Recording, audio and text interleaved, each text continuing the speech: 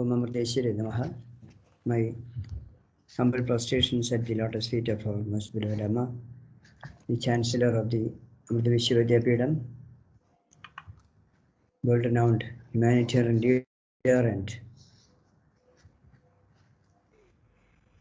spiritual guru and followers of millions of devotees all over the world. And our university, the 𝗪𝗲𝗀𝗃,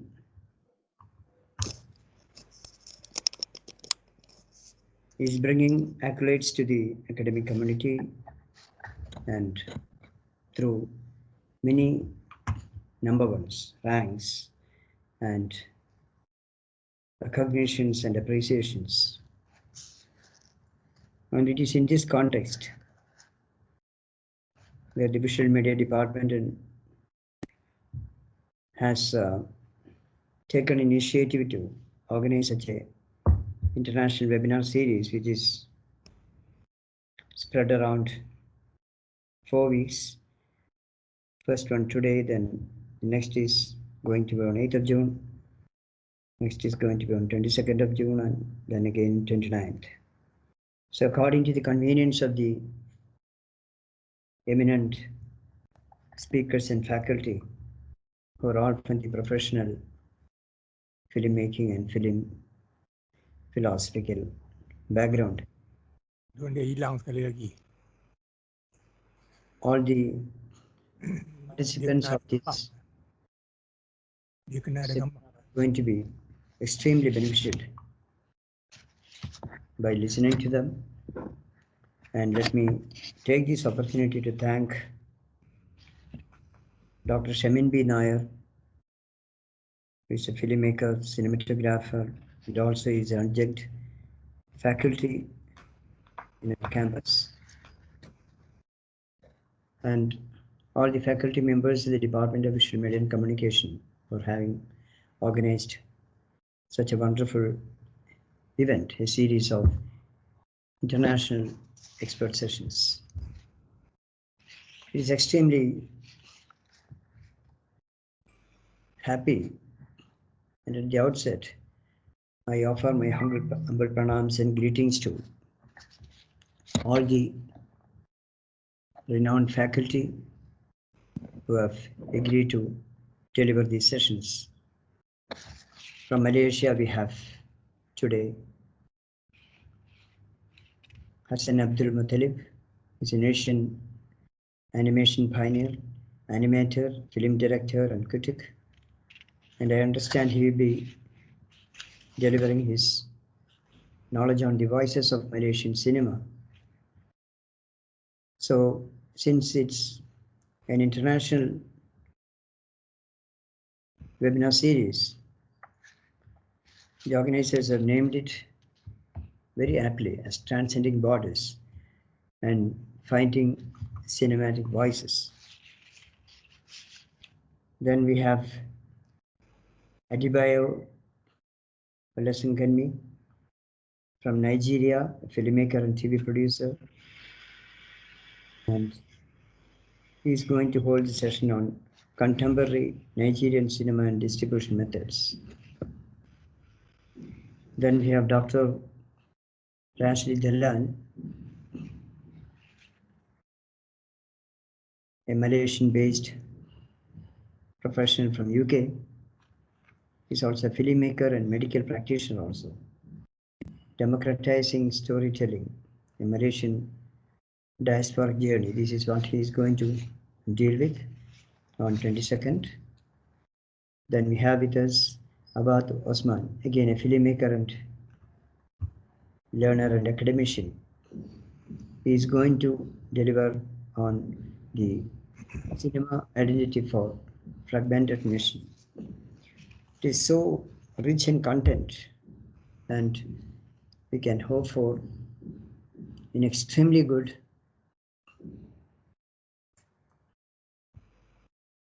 deliberations on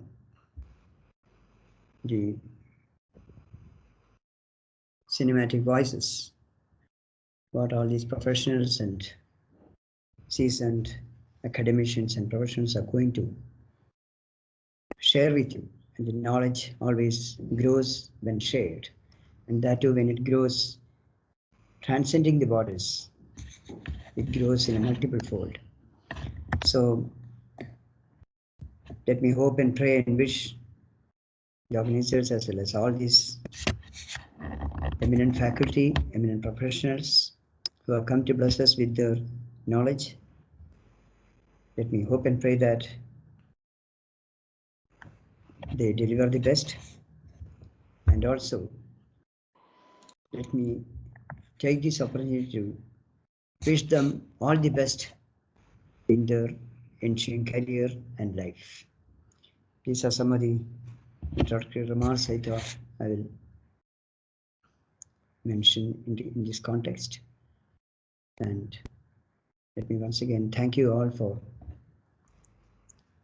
on behalf of the Faculty of Arts, Media and Commerce of the 𝗪𝗲𝗍𝗂𝗧𝗏 Vidyapitham, and let me also happily welcome all our professionals who have come to share their knowledge to our beloved students and the others who have been invited to attend. And let me also congratulate the organizers for having begun the webinar series at the correct time. Thank you very much. Thank you, Dr. Shemin, once again. Chair. Thank you, sir. Thank you very much. Now I request Dr. Shemin B. Nair, the adjunct faculty at the Department of Visual Media and Communication, to introduce the guest and guide us through the rest of the session. Please, Shemin. Thank you so much, sir. Namaste. Namaste. I mean, it's a moment of great honor and privilege that we could organize such a gracious event, that too from the comforts of our home. And yeah, I mean, though it's a challenging period of time. First, I would like to play an introductory video of Mr. Hasan Abdul Matlab, our guest of the day. And I'm pretty sure this video is just a drop in the ocean, because for a person like him, with a legacy of about 50 plus years being in the animation industry, and that too not walking through a road somebody else has have made a path, or he has made his own roads and walked through it. So no, I mean, he's a pioneer of Malaysian film industry. So Mr. Hasan Abdul Matlab is a filmmaker, animator, a film critic, and historian. And historian, by saying historian, he's not a regular historian who just writes history, but he's a historian who made the history as well, for as far as when Malaysian animation is concerned. And definitely, he has got great connections with Kerala. His mother has got connections with Kollam, and he has got a lot of cousins and relatives in here. So it's maybe it feels good to get him connected to Kerala. I mean, being a reason to get him connected to Kerala again. So, and he is also a good friend of our master 𝗪𝗲𝗀𝗀𝗀 Gopalakrishnan. He has shared being in a panel of a jury for film festivals, and like like these occasions of these webinars. And I mean, it all started the very first moment I asked him, I mean, could you be a part of this event, and he just immediately said yes. And that was like, and not even asking any questions, he said yes to us. And that's such a like it feels great, because for people like us who begin, it's such a moment of bliss. And like our Divine Mother, Her Holiness Mata says, be like a honeybee who gathers nectar wherever it goes, and seek goodness for everyone everywhere. So it's like that, for the wisdom, I mean, I personally believe cinema is love, and such events are occasions to share this, the greatness of love that this medium convey. And without much delay, I will share the video, which is introductory video we made for him, and yes, I hope the audio is clear as well.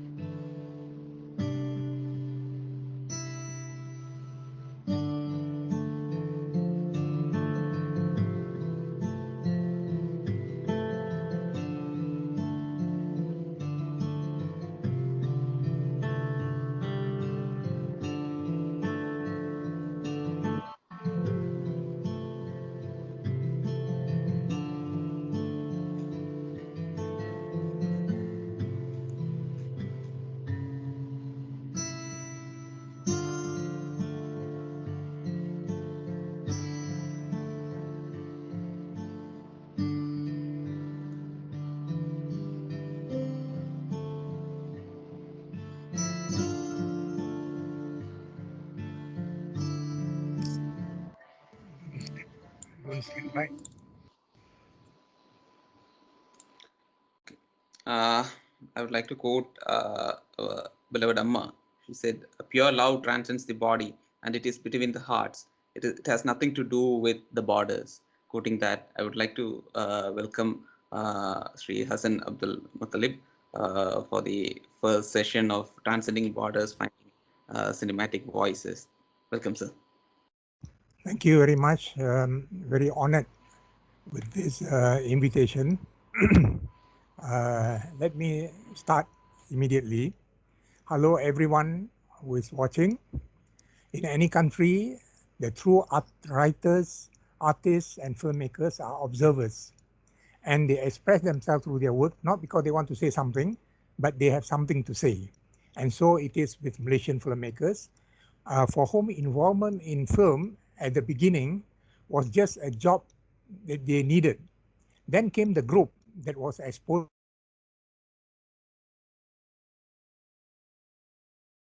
to cinema. Beginning in the 1980s, this group was eager to uplift Malaysian animation to another level with new stories and aesthetics. I will mention only some of them, leaving aside those in the mainstream for whom it was nothing more than a business. I will only be looking at the big picture. For details, please read my article on Malaysian cinema on academia.edu or my book, Malaysian Cinema in a Bottle. I'll begin with some story to put things into perspective. And now I'll switch over to a PowerPoint, which will make it a bit easier to follow, because probably hardly anybody over there knows about Malaysian cinema, and the visuals will be a bit more meaningful.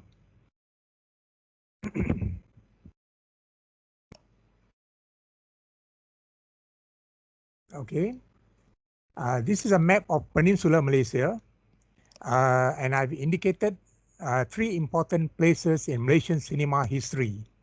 Penang, where cinema began, and it also happens to be my hometown, and then Kuala Lumpur, where cinema finally moved to from Singapore sometime in the 1970s. Malaysia has a shared history with Singapore when both were part of British Malaya.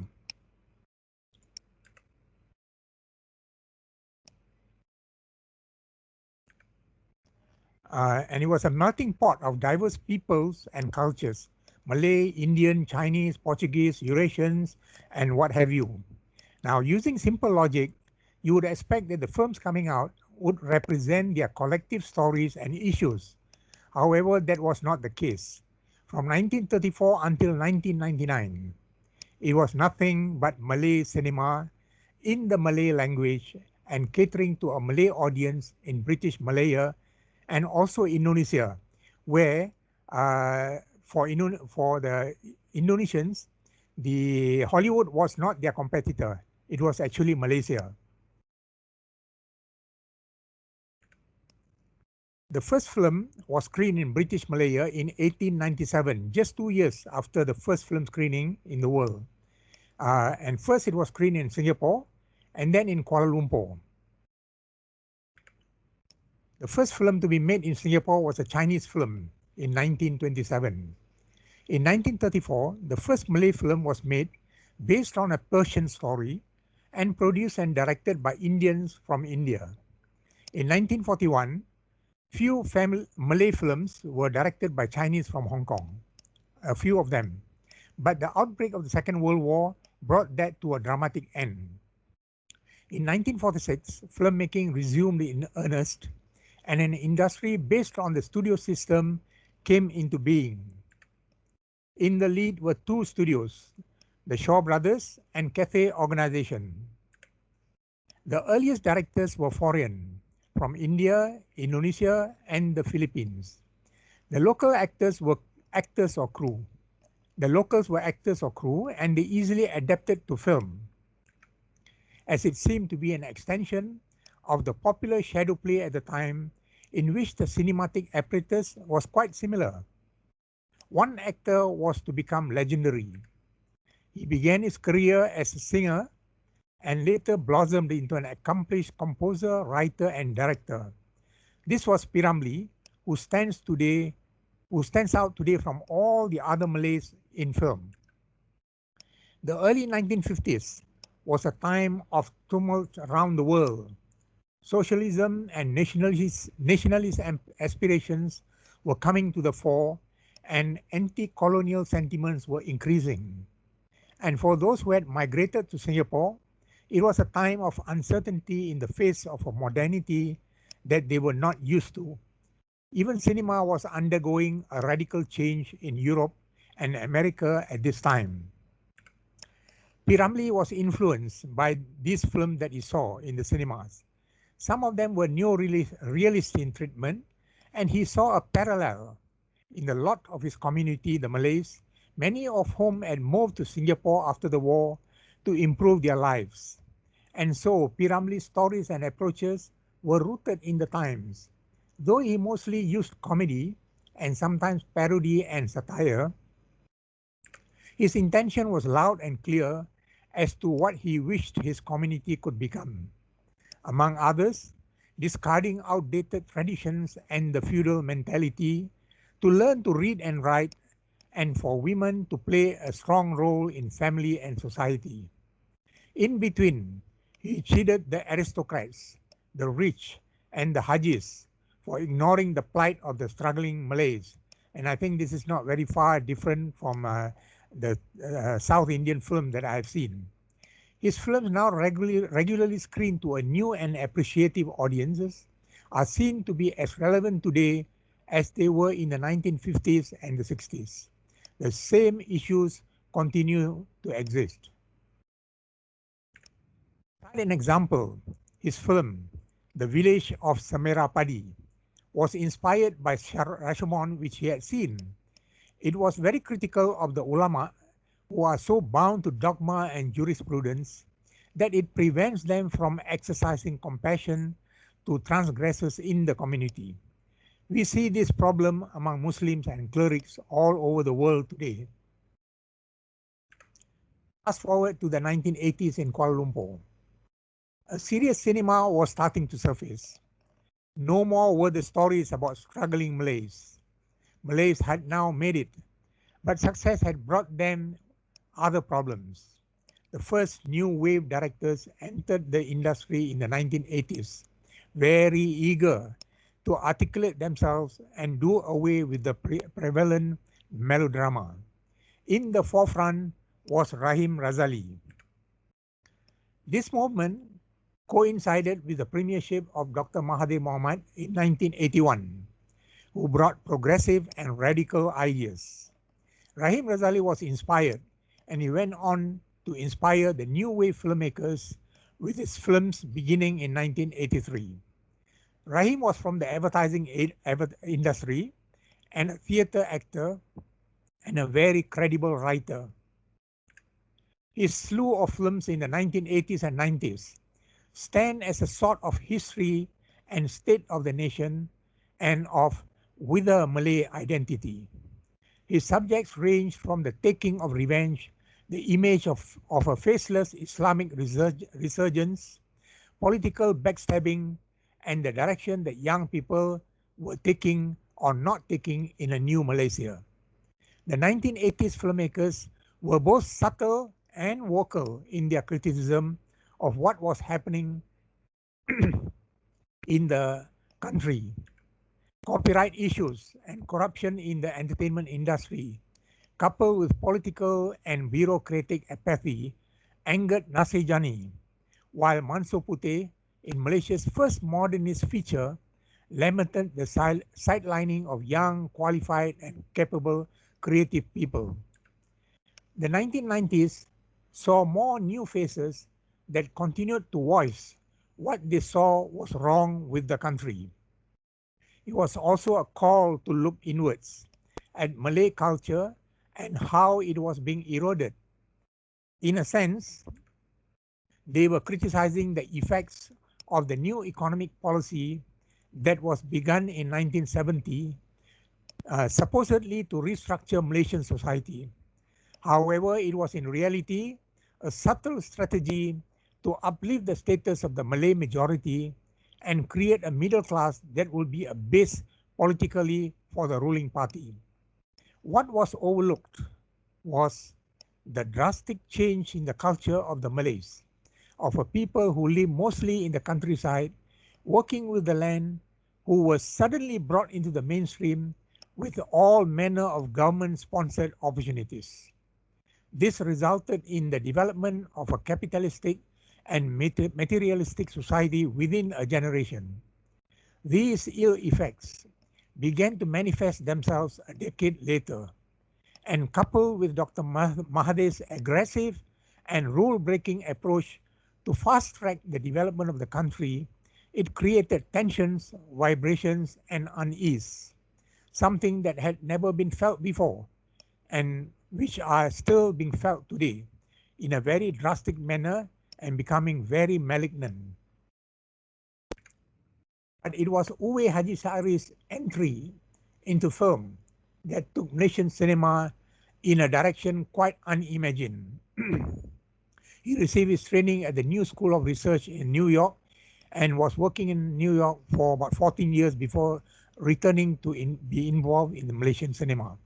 He explored Malay sexuality as well as the negative aspects of Malay culture that were stifling its progress and emancipation. His made-for-TV movie, Kaki Bakar, or Barn Burning, a short story by William Faulkner, he adapted it, made it to Cannes under a certain regard category. Frustrated by the lack of creative and technical people, as well as actors, who his most recent film, Hanyut, made use of foreign creatives and crew, shooting with a Panavision camera, and was the last film to be shot on 35mm film. Excuse me while I have a drink.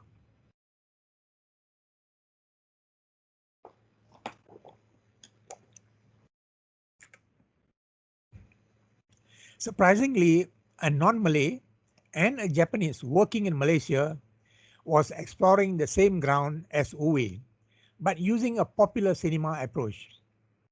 Yasu Tanaka's Nota or Note was set not in Kuala Lumpur, but in the island of Borneo, and it very subtly questioned today's young as well as the old and their lack of values, even though they came from a very hyped about religion. From 1934 to 1999, what we had was only a Malay cinema. It appeared as if only the Malays had problems, while the other races were very happy with their lot. But this was about to change. The millennium gave a promise of change to the industry, especially with the advent of digital technology. As if to herald the change, two filmmakers, Teck Tan and Hishamuddin Rais, brought stories that bucked the trend. Both shared the unenviable fact that the two films were their one and only, and they soon moved on to other things. Teck Tan's protagonist was a Chinese, the first time it had been done for mainstream cinema. The protagonist was in a love relationship with a Malay girl. That already made the bells ring. In between, there was also a gay relationship involving two friends of the protagonist, but it was done well with tongue-in-cheek. Hishamuddin, a social activist, called on Malays to break with tradition and everything that was shackling them, to the point of even breaking rules. That was the only way they were going to progress. The film was a very veiled criticism of the establishment under Dr. Mahathir at that time.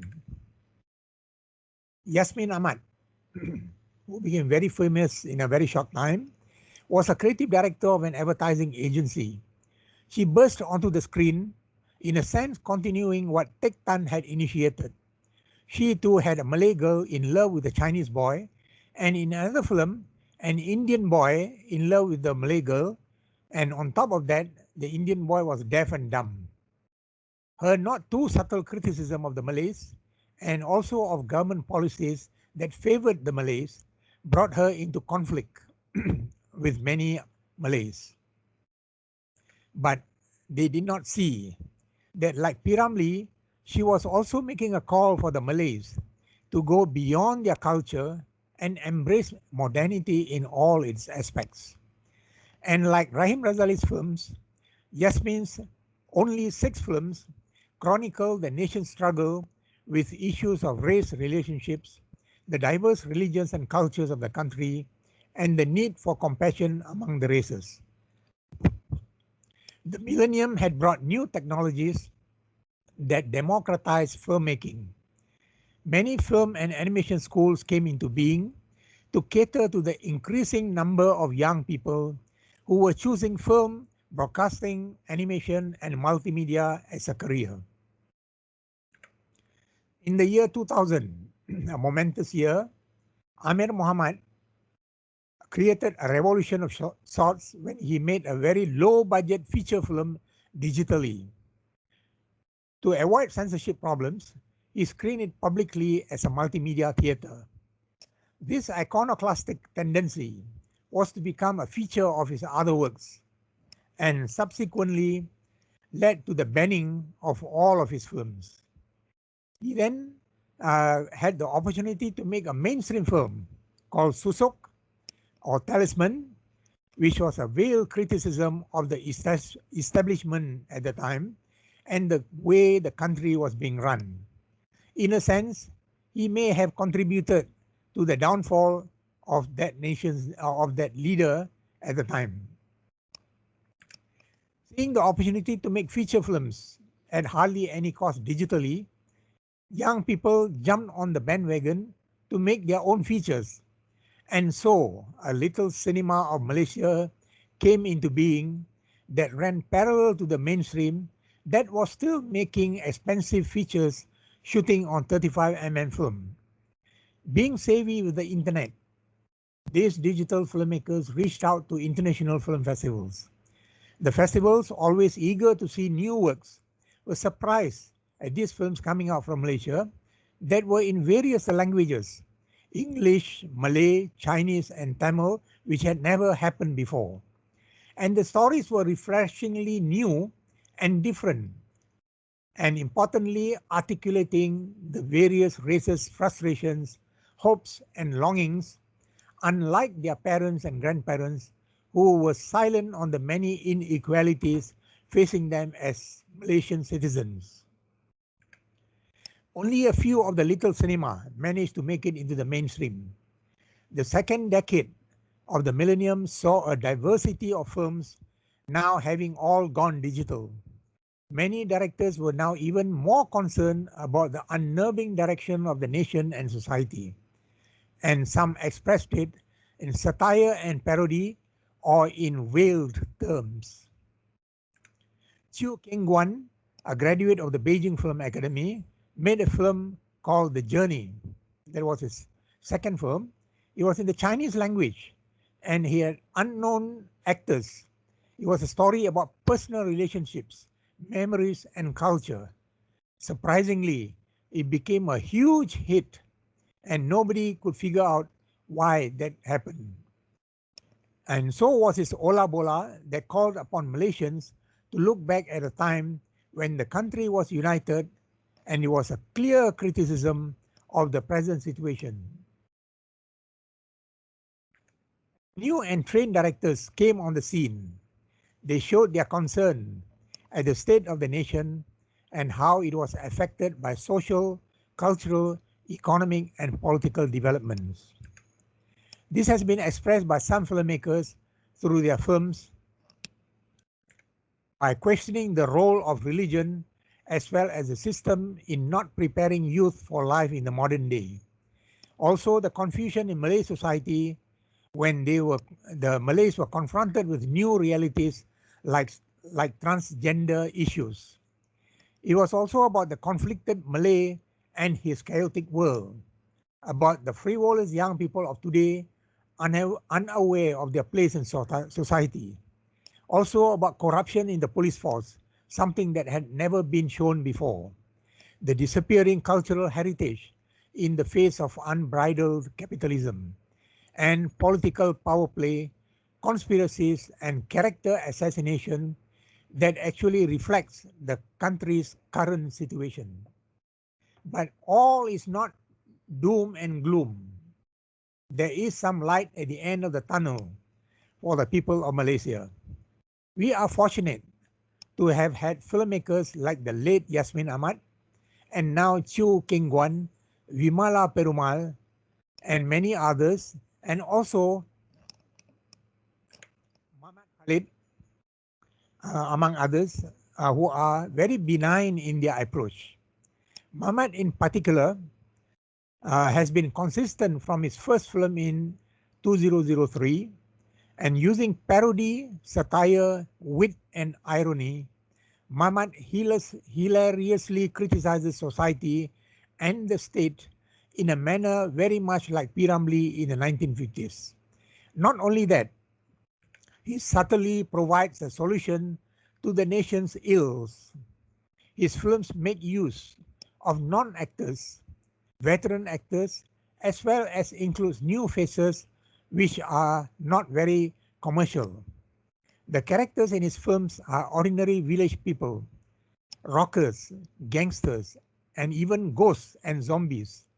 They are all people and or dead people who are innocent, certainly not evil, very well mannered, and that includes the zombies, and courteous, but who are sometimes led astray by others.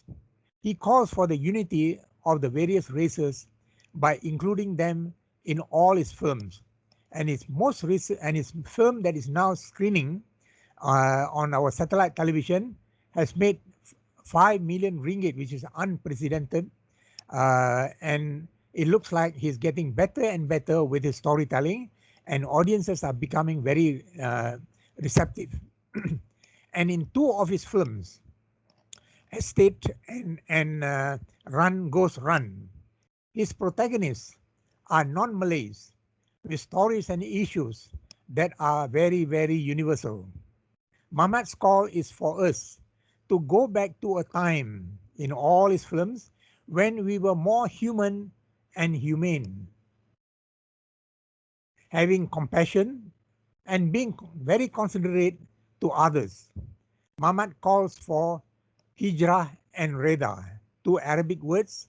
Hijrah means moving away from all that is not good, and reda meaning acceptance of whatever befalls us. This is what is being preached in almost every religion. Now, this is what Mamat's approach is also what I have seen in the world's film classics. These are the voices we need to listen to. Thank you very much.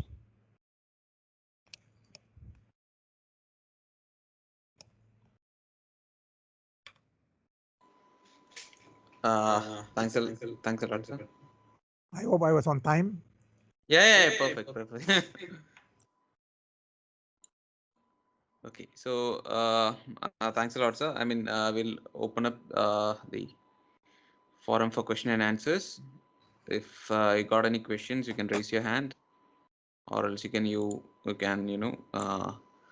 type in your questions in the chat box. Please, yeah, we will.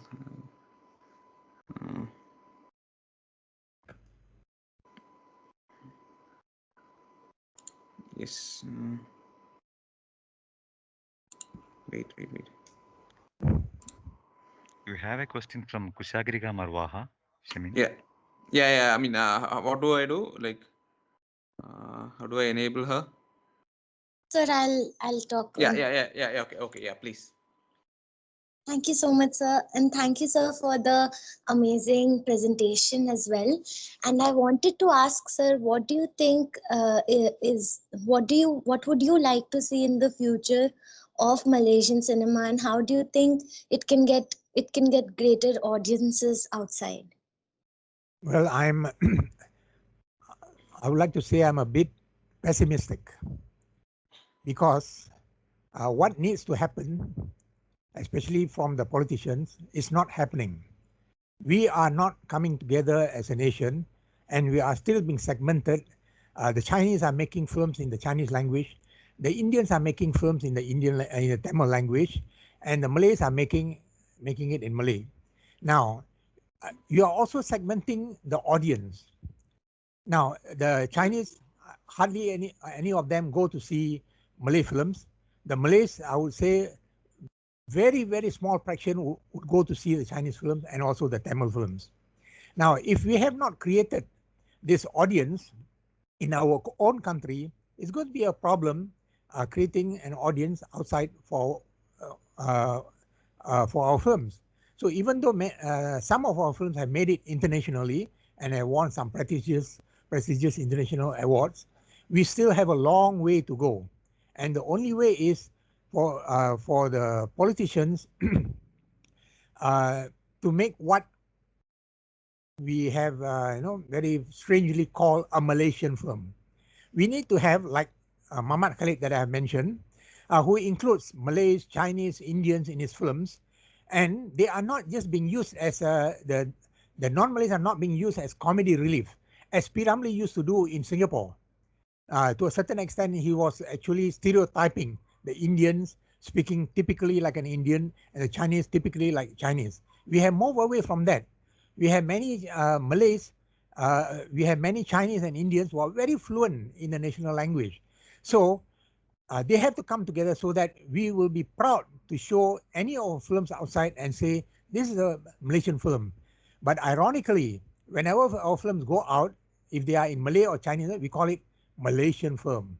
And when we go out, we don't say we are Malaysian Indian or Malaysian Chinese or Malaysian Indian. We say we are Malaysians.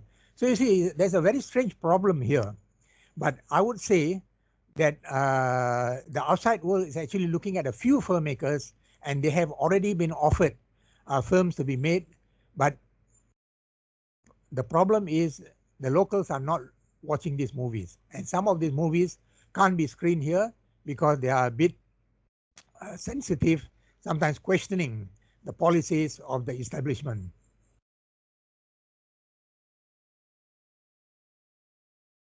More questions? You can raise your hand. Yes, sir. Hari sir, please. May I ask the question? Yes, sir. Please, sir. Hi, sir. I just wanted to ask you if you could share a little bit about your experiences during your initial periods of profession, like what made you get into this animation and all. Okay, and when I was 19, I had just failed my senior Cambridge exam in Form 5, and all I needed was to get a job. Then this letter came from Kuala Lumpur. A friend of mine needed an assistant. So I went over, and you know, I came from a family that was very, very poor. Sometimes we didn't have enough to eat, and so I would walk rather than take the bus because I didn't have 5 cents to take the bus. So I went to work, and in the 4 years I was at this department store where I was working doing commercial art and window display, I picked up many things about art, and I was an avid reader. So I failed almost every subject in school except for English, for which I would always get distinction, because I used to read 1 book a day, and it was not the textbook. Now that is what has helped me all these years until the point that I have written papers, academic papers that have been published internationally, and it is on academia.edu. If you care to read, there are about 90 papers there. Now it was only when I applied. Now I sat for the exam again, and miraculously I passed. And coincidentally at the time, there was this opening in a film studio to be a graphic artist doing titling, and it was all manually done.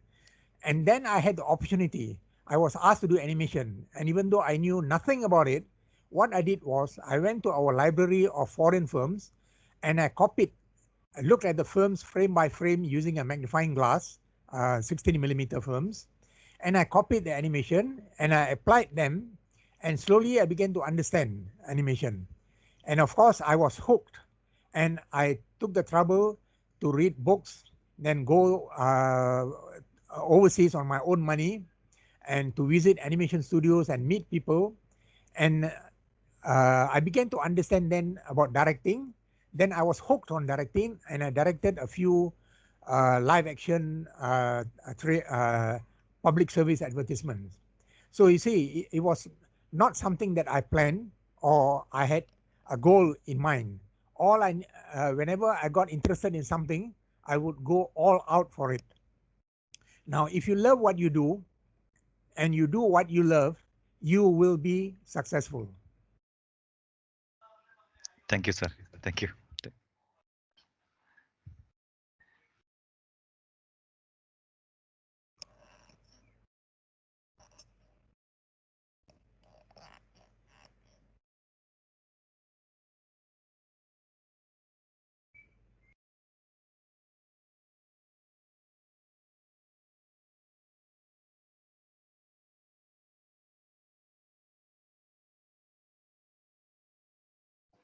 Hello.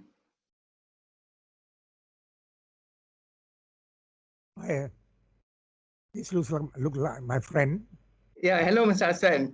Hi. Yeah, all the way from, you are able to not to meet here, but we are able to meet through webinar. Yes, right, hello. Yeah. So I've got, I would rather say comments or instead of questions. But anyway, I've got another one question. What do you think of the future of Malaysian film industry? Do you think that we're going to progress in any way?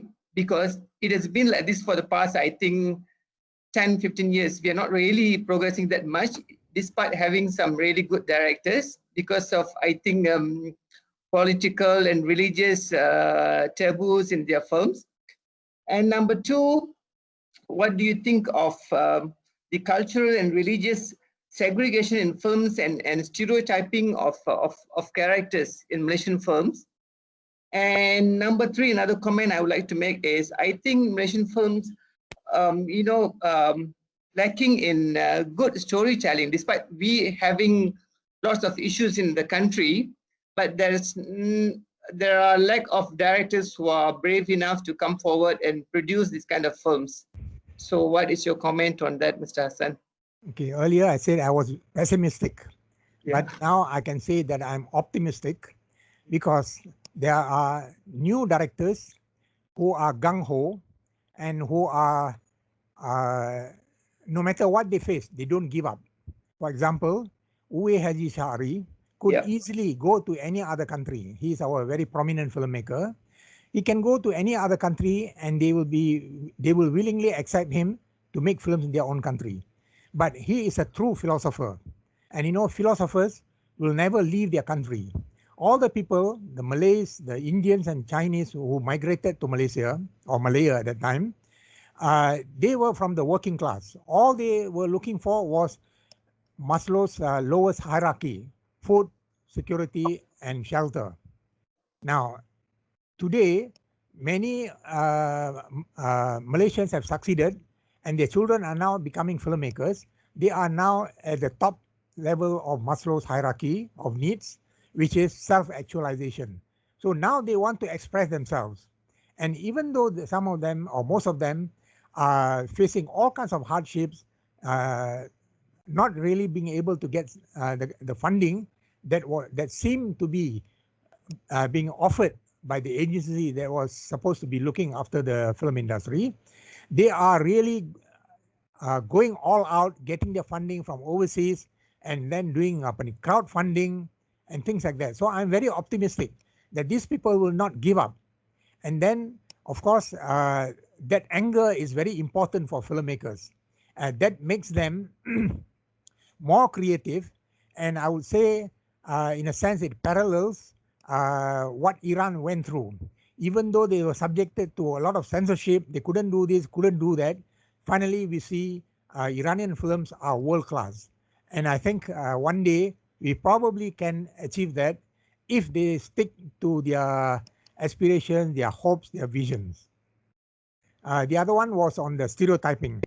Yeah. So far, I would say that there has not really been any stereotyping, except probably in the film that I mentioned, that are purely made for money.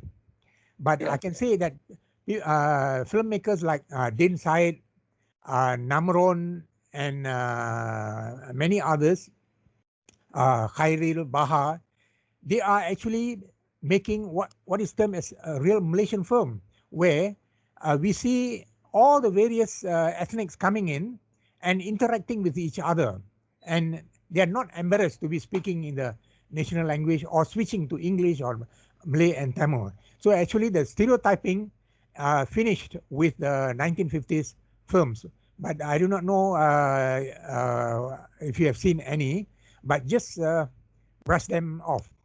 The third one was on, sorry, I can't remember the third one. Lack of storytelling. What do you think? Do you think we are lacking in good storytelling about films? I mean, in films in Malaysia? Yeah, this is what has been raised from time and often. It's actually about the filmmaker himself. If you are a filmmaker in the real sense of the word, number one, you are a great reader. You keep up with all the bestsellers or whatever, fiction, non-fiction, and whatever, to expand your thinking. They are actually not getting all of that from the book, okay? But it's the thinking of a writer at a certain time in a certain country, which is important to look at. Why did such a thing happen? Now, I am a very strong advocate of the teaching of civilization and anthropology, not very deeply, but just having an understanding of it for film courses, and especially for writers, because you need to understand how did a particular civilization develop. And from in civilization, you have history, you have literature, you have music, and whatever. And all of this is very important for the filmmaker, because he draws upon this. And as Carl Jung spoke about the collective unconscious, that's where it's all sitting. It's coming from your own culture. So as I mentioned, the little cinema of Malaysia faded away. Why? Because their feet were not in Malaysian soil. They were influenced by Satyajit Ray, by Hou Xiaoxian, Edward Young, and Chai Ming Liang, with all their long, unbroken shots. The guy is looking out of the window for 5 minutes. Within 5 seconds, I know he's looking out of the window. So why are you killing me, giving me the 5 minutes of looking out of the window? So they faded away. And even though one or two of them are still making such films, but I think they are out of date. And a friend of mine was not in that group, but was now made it internationally. He also agrees with me that they had to break out of that mold. So reading, number one, is on the list for filmmakers. Number two, they need to see all the classic films, especially those from the 40s and 50s, and even classical Hollywood, where there was so much philosophy in them. And if you look at Frank Capra's films of the Frank Capra from Hollywood of the 30s, 40s, and 50s, you can see how much compassion there is in him as a human being, and it is reflected through his writer. I think it was Robert Riskin, if I'm not mistaken, and Kurosawa himself. So the film is the man. So what you are, that's what we will see in your film. And number three, he has to travel. Was it Mark Twain who said, travel is the enemy of prejudice? There is only when you travel to many countries, you'll find that people are very similar. They're just like you and I. What differentiates them is the culture. So we got to understand, why did that particular culture,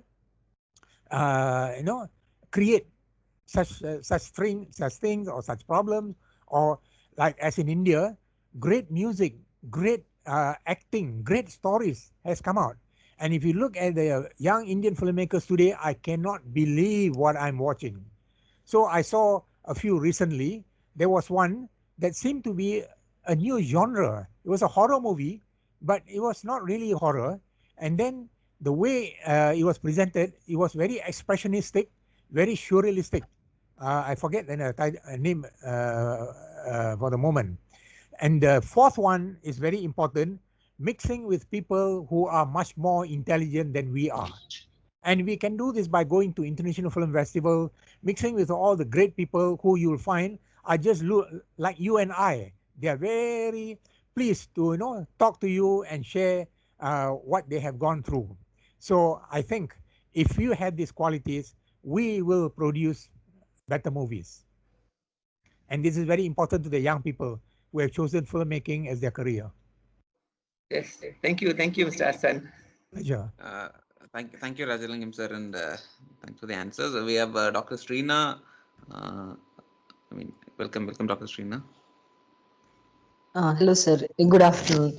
I have few concerns. It's not actually questions. Maybe how does the Malaysian audience, as as a public, as viewers, how did they receive the international films, especially Hollywood and of course Bollywood films? And another query is that what about the new OTT platforms? How whether the Malaysian people were really keen on it? Are they reflecting on taking films in this particular new platform, as we have Netflix, Amazon Prime, all these new platforms coming up? So what about their take, the filmmakers of Malaysia? What about their take on these new platforms? These are my questions, sir. Okay, the first one was? It is connected with the reception of international films, especially yes. Hollywood. Okay. Yeah, thank you. Hollywood films are big in Malaysia. So because they are huge blockbusters, millions are spent, and especially I would say a very important element that has created a big audience for Hollywood movies. It is the Academy Awards. The Academy Award is not a festival. It's not recognized in the international list of festivals. It's an award. I give you one award, you give me one award. So that's how it works. And the hype that has been created by the Academy Awards through the media has made it to be the most important festival in the world.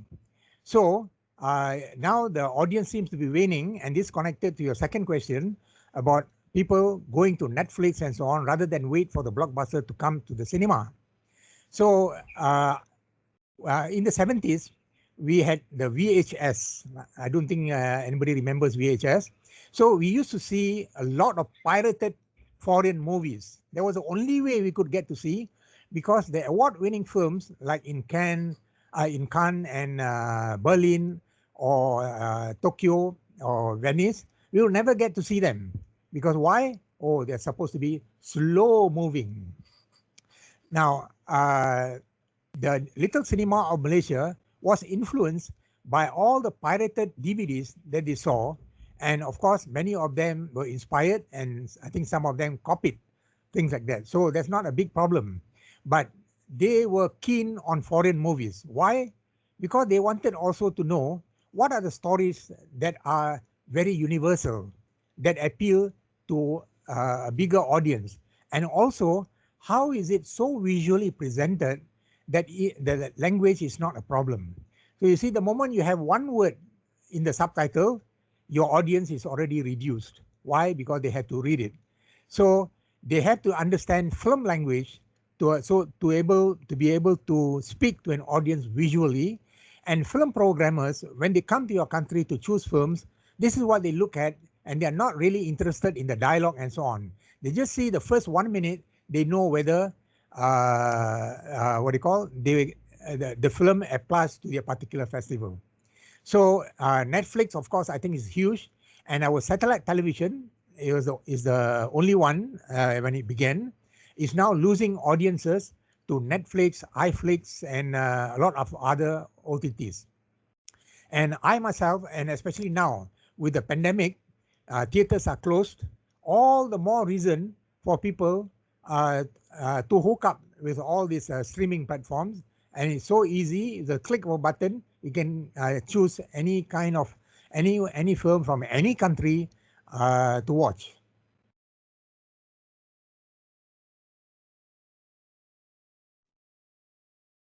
Thank you, sir.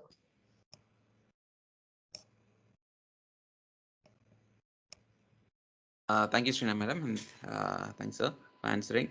And I have a quite personal question. Like, this is quite out of context, but I would like to get to know a little bit about your nostalgia about Kerala and your experiences from your visits over here. Okay, the first time I went to India, actually it was quite strange. There's some backstory here. There was a spiritual element involved, and it began when I was born. There were certain signs. So the reason I wanted to come to India was to visit the shrine of Saul Hamid, the Nagore Andavar in Nagapattinam, isn't it? Okay. It was a prayer made by my father that one day I should go there. And you know what? The prayer that he made came out to be true in the name of that saint. So all these things that I have experienced, that I've been involved with without having had any training, I think it came about through that prayer. So I didn't have to go to university for higher learning. It all came to me. And then I met a Sufi master who actually told me about my father's prayer, even though he had never met my father. So he was able to read minds, past the future. So this is, of course, very antithetical to modern day learning. Yeah. Now, I came to India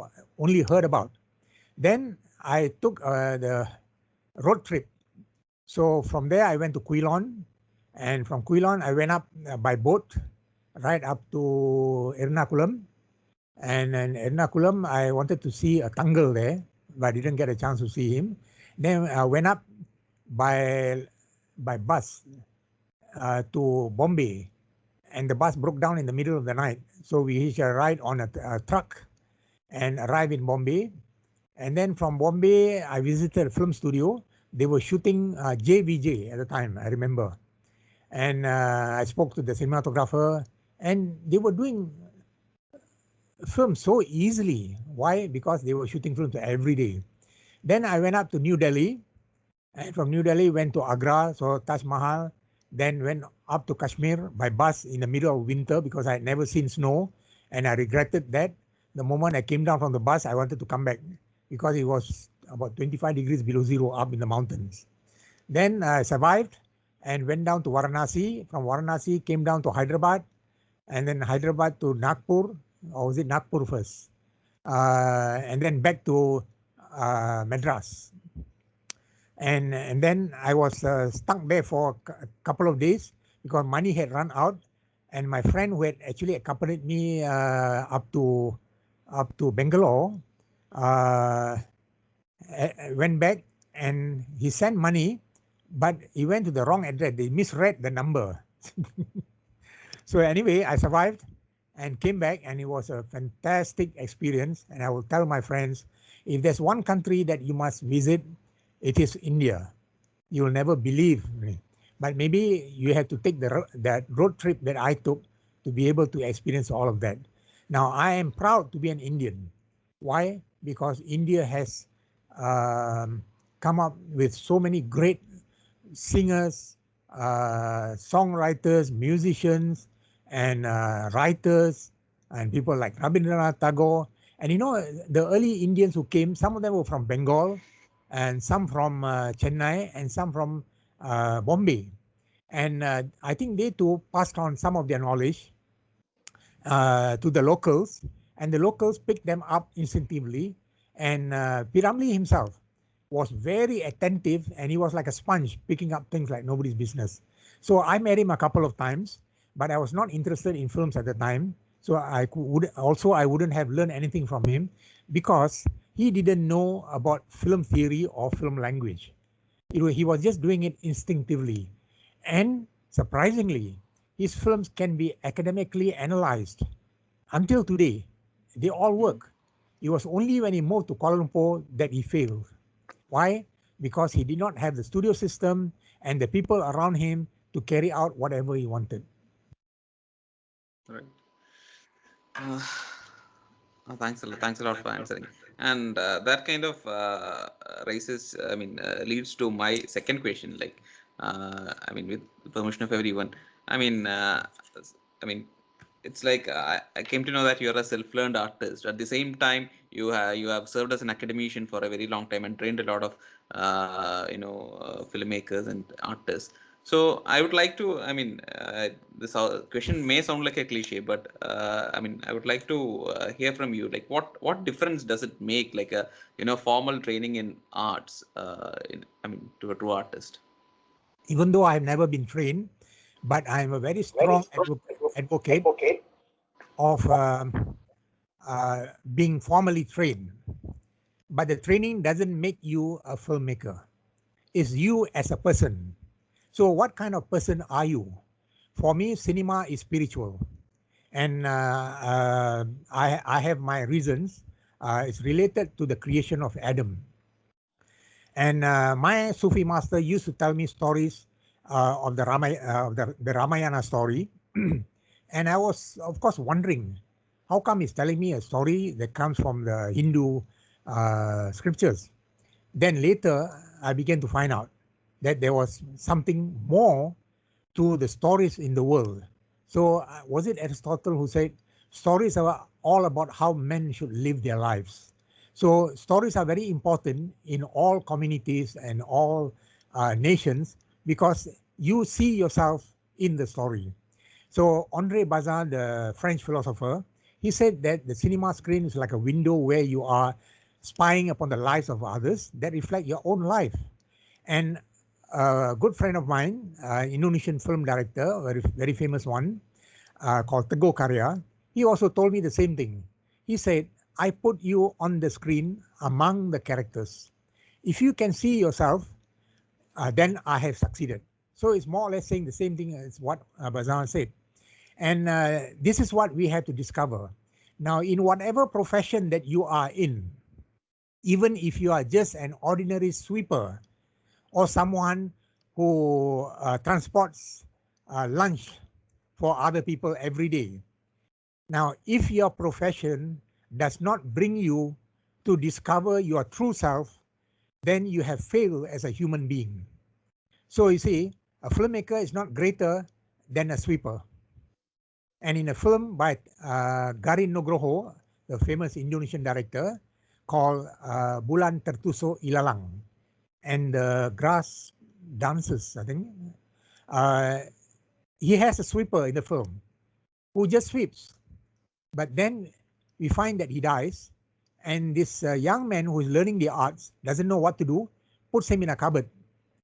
And then later we see the cupboard opening, and this man comes out with a glow around him. So it's up to us to figure out, what does the director intend? Now, film can teach us a lot about ourselves. And there are films that bring tears to my eyes and bring me this feeling in my heart that I cannot explain. That is why I'm saying cinema is spiritual. It was intended by God to show ourselves to ourselves. Okay? And this is something that you have to discover. And film lecturers now have a great responsibility to their students. You cannot just be a lecturer. You must be a friend. You must be a mentor. You must be not too close, but close in the sense that they will come to you whenever they are in trouble, and they will just like to listen to you. So as a mentor, you cannot control what they do. You cannot force them to do what you want them to do. You can only advise. So I think these are things that I picked up. And I hope I answered that question, or did I digress too much? No, it was right on point. It was perfect. It was perfect. Thanks a lot. Are there any more questions? Speed up. If there are any more questions, you can, yeah. See, yeah, dialing himself, please. Yes, I would just like to share my thoughts and experience with Mr. Hassan. I'm one of his, I would call myself his student as well, but I'm not really directly involved in film, film industry, but I'm very, very much into films. I'm very, very passionate about films. I watch films in, I think most of the Indian languages, in Hindi, Tamil, Malayalam. I read about, Indian film industry and Malaysian film industry.